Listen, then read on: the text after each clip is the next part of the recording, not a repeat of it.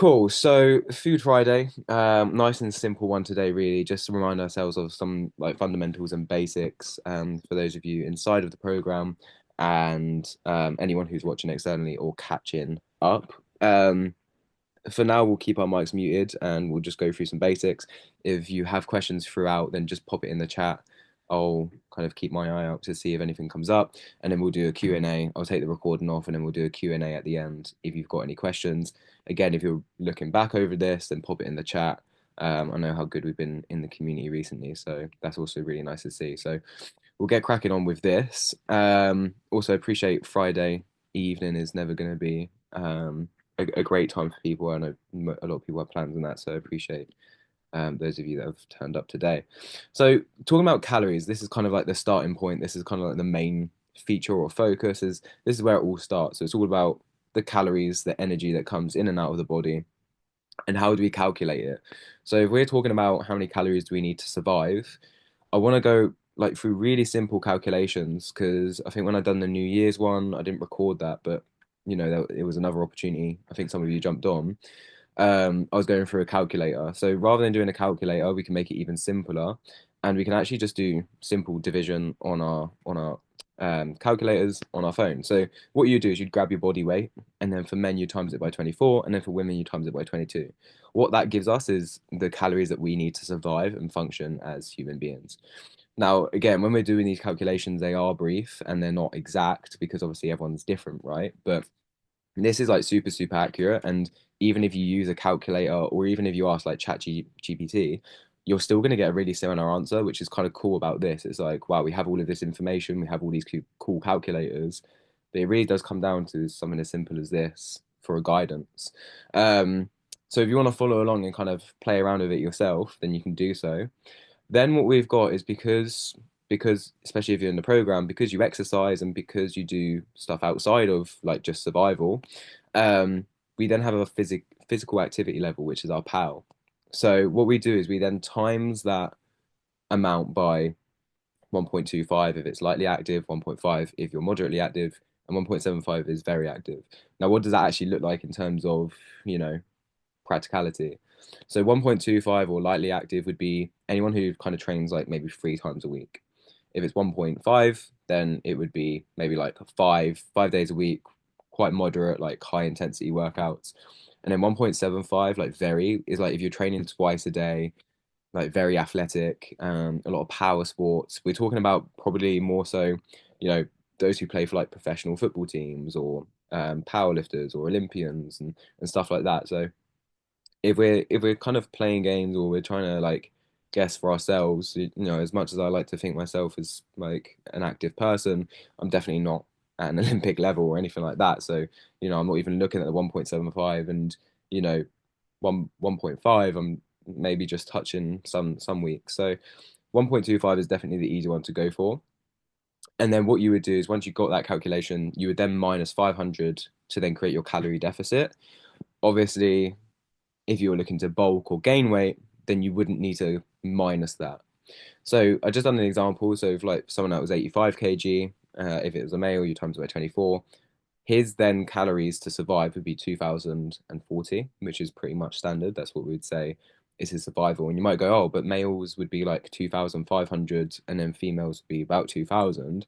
And it's like, yeah, that's true, but that's including work and, just walking and just general activity, which would be where that 1.25 comes from.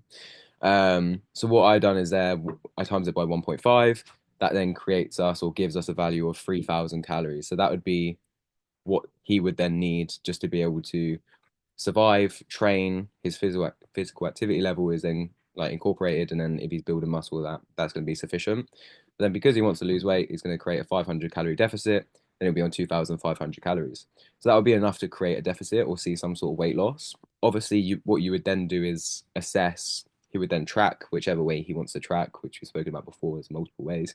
He would then track those calories, see how his weight is, like fluctuating or changing over time, and then he would make adjustments if needed. So if he needed to create, if he was like, oh, okay, like it's dropping, but it's not really, then you just create another like 200 deficit, and then you go on 2,360, for example. So that's kind of like the easiest way to calculate or think about how many calories you should be having. But again, like you have calculators out there. Then we get into the interesting stuff. Then we go to the next stage, and it's like, okay, well, we have those calories, but then what does that then look like after that? So we then have our macros, because obviously we've got protein, fats, and carbohydrates, and that's what our calories are composed of, or that's how it kind of breaks up. So once it enters our body, it then needs to be distributed and used for energy, building blocks, hormones, or whatever it is that our body needs from those foods. And so I've got here 30% protein, 30% fat, and 40% carbs. So this is very much based around, someone who's building muscle, who wants to maintain muscle mass, doesn't want to be like a bodybuilder as such, but you want to maintain like a lean physique and probably see some weight loss as well. The reason for like a general health guidance, we recommend 50% carbs. The reason it's dropped a little bit is because it does hold on to a lot of water.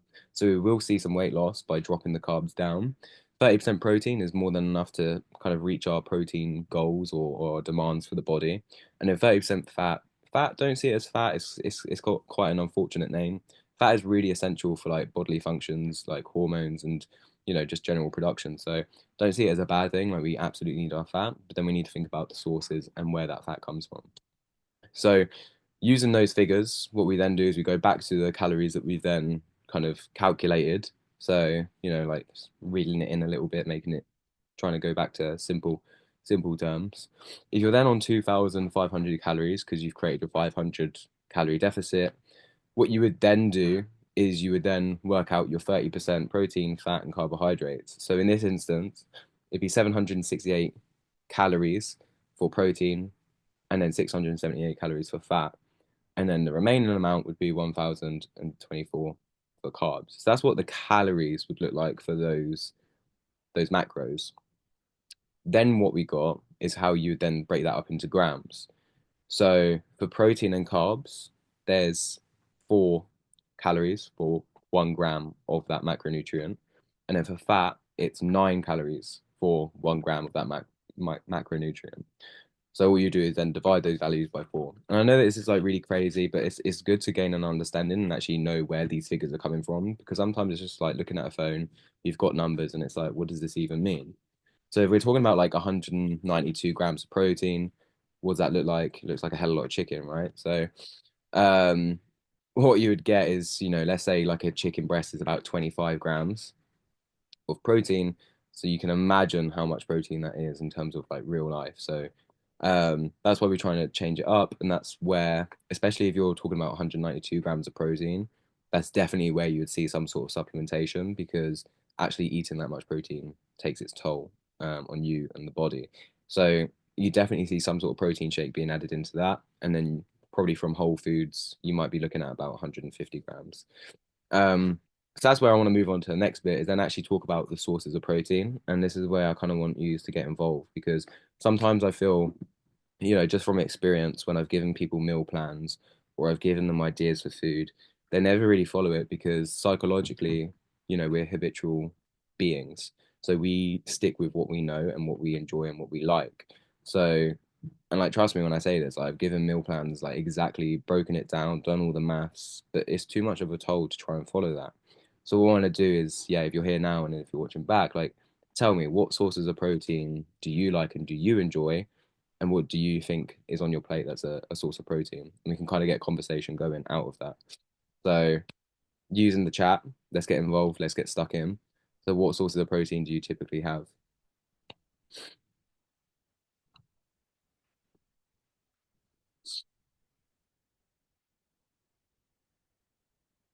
Yep, cool. So chicken is the main one.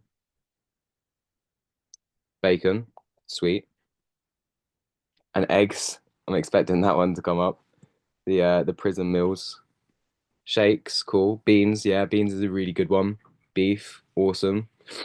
Cool. So we pretty much got the staples there, and then I think kind of like the last staple would be um fish, but again that always gets left out, right? That's always the one where everyone's like, oh, fish, whatever. Okay, cool. So working with what we've been given or what we got, right? So obviously chicken, bacon, shakes, beans, and beef. So already we've got good staples. And when we talk about things like meal prep or planning our meals for the day, and making sure that we're eating healthy, this is a quarter of your plate, or maybe like half the plate. So, if we're talking about chicken, then just making sure that you've got enough on your plate. Maybe it's one breast, maybe it's two breasts. Bacon, absolutely fine. However many rashers, like five or four or five should be enough. If you're weighing your food, then obviously I always say it's just easier to go towards like the nearest 100, so then you don't have to do crazy maths. It's just like, oh, 100 grams of chicken, 25 grams protein, cool, move on. Shakes, obviously, that's a nice and easy one throughout the day. I remember, obviously, one of the questions was when we take our protein shakes, does it matter? We do want to take it after our workout, but again, it doesn't really matter. It's not like an exact science. So when we're talking about protein, actually, although we want to spread it throughout the day to make sure that we're always kind of synthesizing and the body is always fueled, it also wouldn't matter if you just took loads after a workout and then kind of had some before and after as well. So the body's able to adapt and it's able to do what it needs to do with that food. Just because I know that timing is always a question around protein as well. Like the protein's really good at doing what it needs to do. So don't worry too much about timing. Just make sure that you've got enough. Especially when you're eating like 200 grams. Like God, like how are you even gonna try and structure that? That's why it's easier to then break it up throughout the day because 200 grams protein, no one's eating in one sitting. Um, and look, that's the thing as well. Like, there's no magic science and there's no magic formula. Is that all of the things that you said is good food? Like, obviously with beef and red meat, we want to try and reduce it to maybe twice a week. Um, Especially when we talk about like cholesterol, heart disease, all stuff like that. But if you've been tested by the doctors and you're looking good, then obviously do what you need to do and what you enjoy. But it's just something that we need to be aware of. So twice a week is kind of the recommendation for red meats, and the same with fish as well. But things like chicken and shakes and beans as well, that's perfectly fine, and you can kind of consume as much as you need to with that. So now we're going to move on to the next one, which is our fats. So this is always going to be an interesting one. So now tell me what your sources of fat is. And when I say this, I'm on about like healthy fats, or like where do you think you get your healthy fats from?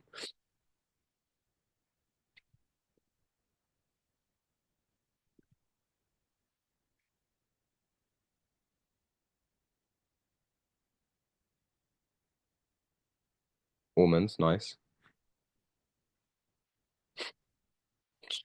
Nuts is always the interesting one.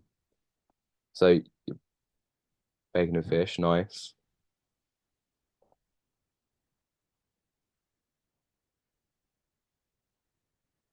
Give it another second. Because fats is always the interesting one, and that's always, and again, I feel like people really get led and also misled by the actual name because they're like, oh, fat, like, what does that even mean? What does that even look like? But, you might be surprised when we break down and look at some of the sources. So we'll move on with fat then. So, yeah, almonds, nuts, good sources of fat. They provide, all of the minerals and nutrients that we need to be able to, regulate, the body functions, hormonal production, protection of our organs. And, it is a storage of energy at the end of the day. So when we're depleted of all of our energy, we are slowly burning fat. And when we're doing low steady state cardio or exercise, whether it's walking to work or doing a incline walk on the treadmill, we're burning more fat than we are our sugars and our carbohydrates. So fats are absolutely essential for our everyday functions as well. So yeah, bacon, quite a high amount of fat. Um, any type of meat, you're going to have some sort of fat. Chicken is going to be the lowest source of fat. That's why we recommend the white meats. Whereas things like your beef and your um, other red meats, then it's going to have a little bit more fat, which is why we recommend it only twice a week because it's then going to have an impact on your cholesterol. So, and then fish is the interesting one because what we actually gain from fish is, our fatty acids. So our omega 3s, our omega 6s, stuff that's really good for the body because you need a balance of both. So, yeah, fats are really important. We want to make sure that we don't have too much, but we do actually need it because it's essential for the body. And that's why we recommend about um, 80 grams per person or for at least a male. But we don't what we need to look out for is saturated fat. So saturated fat is a lot worse than our healthy fats. It's not part of our healthy fats. And we don't recommend going over 30 grams for men and 20 grams for women. So that's something you need to look at. And that's the catch out. So this is the bad side of the fat. This is like the cheese. Mostly cheese, obviously any type of dairy product. Because when you look at the back of it, the saturated fat content is super high, and it's something that's so easily to eat, that you end up over consuming and you didn't even realize. So that's where you just need to be careful, and that's where a lot of your calories is gonna suffer. Because the thing is you could have, you could have like a plate full of chicken, or you could have like 100 grams of like cheese, like a little sprinkle, and yet in one hand you've had a whole plate of chicken and just stuffed, and it's going to last you like a week because you can't fit it in. Or you could have a tiny portion of cheese and you've just met your saturated fat content for the day. So it's like, okay, what? Obviously, we want some good, we want some cheese, like, we're not robots, but at the same time, you need to think about, if I'm feeling hungry, then I've chosen the wrong food for the day. And especially when it comes to hunger, we want to focus on protein because it keeps us fuller for longer. So if you get to the end of the day and you're like, oh, I'm starving, then it's probably like, okay, well, what have you eaten? If you're in a calorie deficit, you can be hungry anyway, but you can help reduce that, or you can help prevent that by having more protein and less of the things like the cheese. It just doesn't serve you. And also, you don't really get any minerals or vitamins from that, which is why you want to be choosing the almonds, because that is where you get all of the essentials from. So that's fats. So in terms of like a plate and what that looks like, again, kind of recapping a little bit, make sure you've got your breast of chicken, or, your bit of steak or whatever. The fats, if you want like a handful of almonds or nuts. Um, and then obviously fish would be the protein source, which is great. So you've got a little bit of both in that. Fats kind of, you don't really need to track. They just kind of get added along as you go throughout the day. So, and then we kind of go to the carbohydrates, like the enemy of social media, right? So carbohydrates, everything that you're told not to have and that's going to kill you. So what are your main sources of carbohydrates right now? And yeah, let's have a conversation. And do you think they're good for you? Or better still, if you want to go a stretch, why do you think we need carbohydrates? Like, what's the purpose? Like, protein is our building blocks, building muscle, all that. Fats, um, protecting the organs. It's a stored energy. Cool. So we've got an answer for what carbohydrates are for.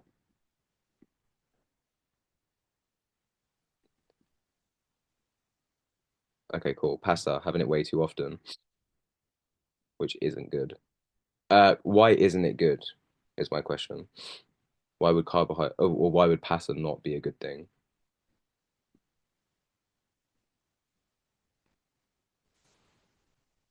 Once I've got this answer, we can full steam ahead with carbohydrates. Or if you don't know, you can say don't know as well. That's always an option.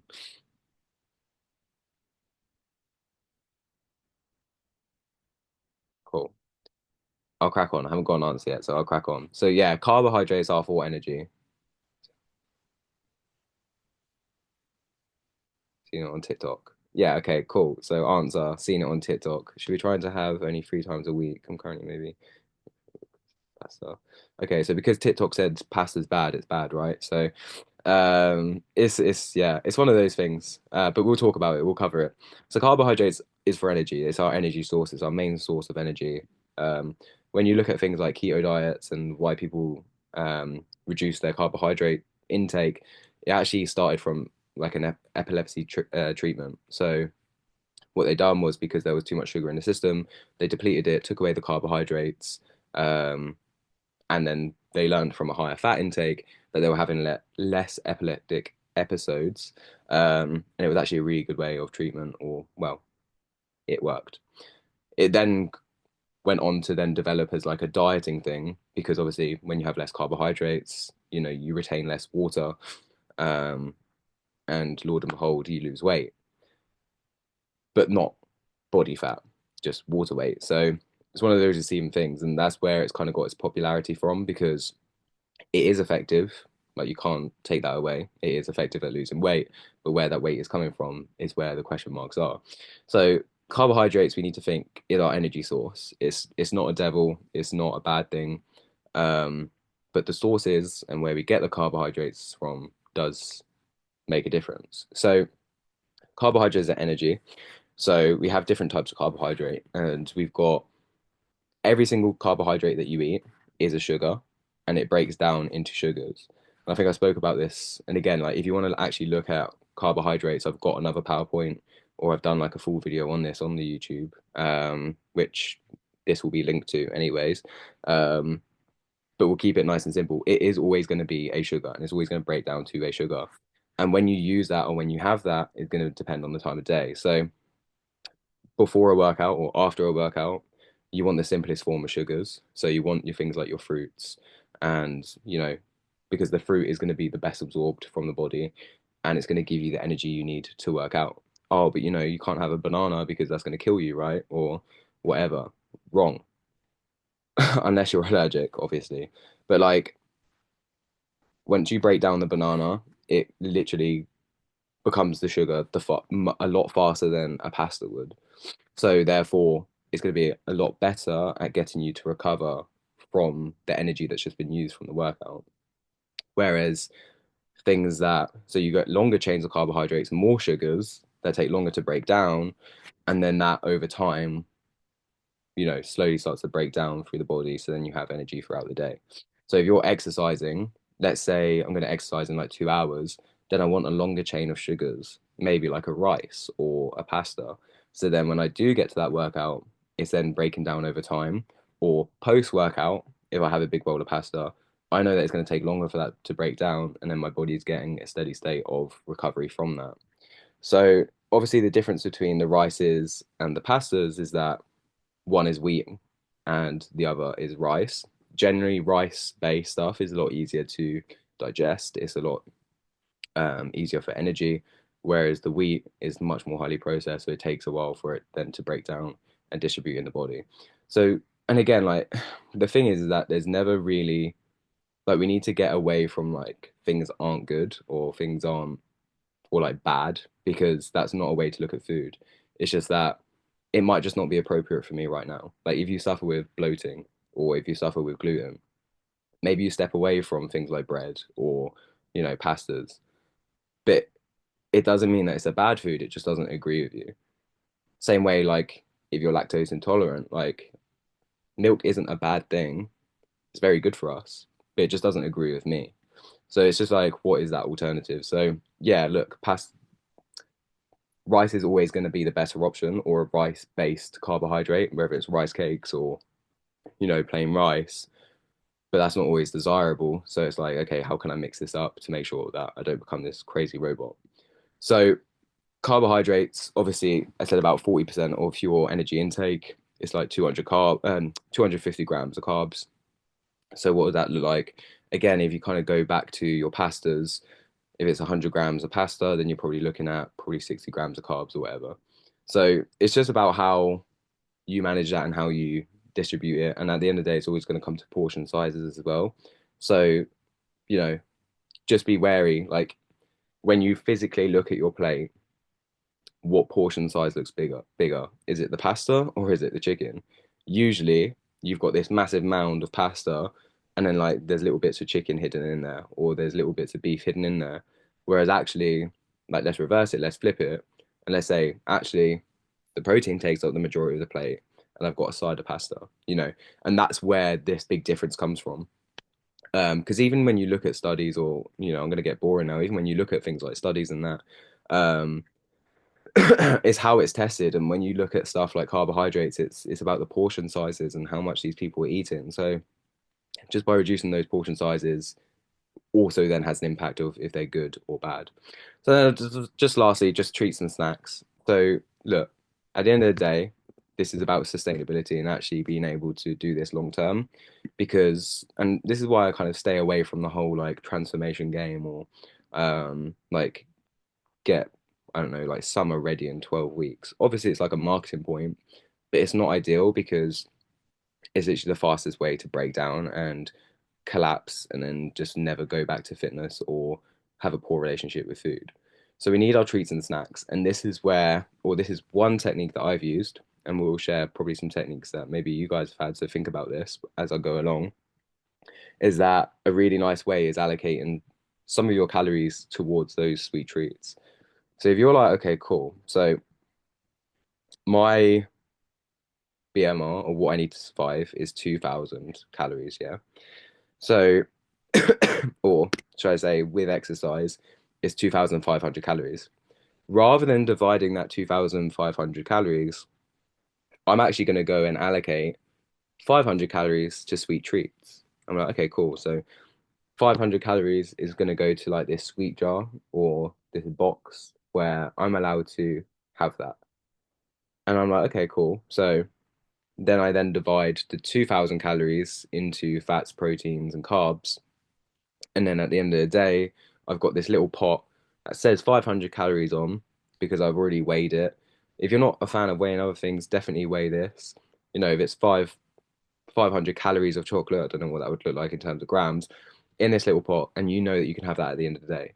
Or if it's biscuits, work out, you know, is it three, four biscuits that equal 500 calories? Then at the end of the day, you can have four biscuits.